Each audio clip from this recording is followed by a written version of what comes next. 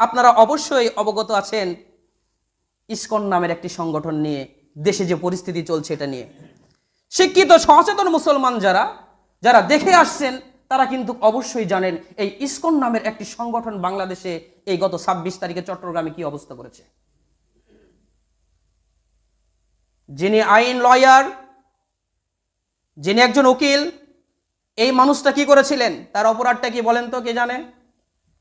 অপরাধটা এটাই যে ইসকনকে কি করতে হবে, বয়কট করতে হবে, অবৈধভাবে এটাকে বন্ধ করতে হবে। সম্মানিত মুসল্লি, এখানে আওয়ামী লীগ, বিএনপি, জামাত, শিবির, জাসদ, মাসদ সব থাকতে পারেন, এখানে কেউ গায়ে পেড়ে কোনো কথা নিজের দিকে টেনে নিয়ে যাবেন না। শুধু বোঝার জন্য আমি বলছি, আমার সময় আর 2-3 মিনিট আছে, এর ভিতরেই শেষ করব। এখানেও বোঝার অনেক বিষয় আছে। কি বিষয়? দেখুন, একটি হিন্দুবাদী দল, এই হিন্দুত্ববাদী দল ইসকন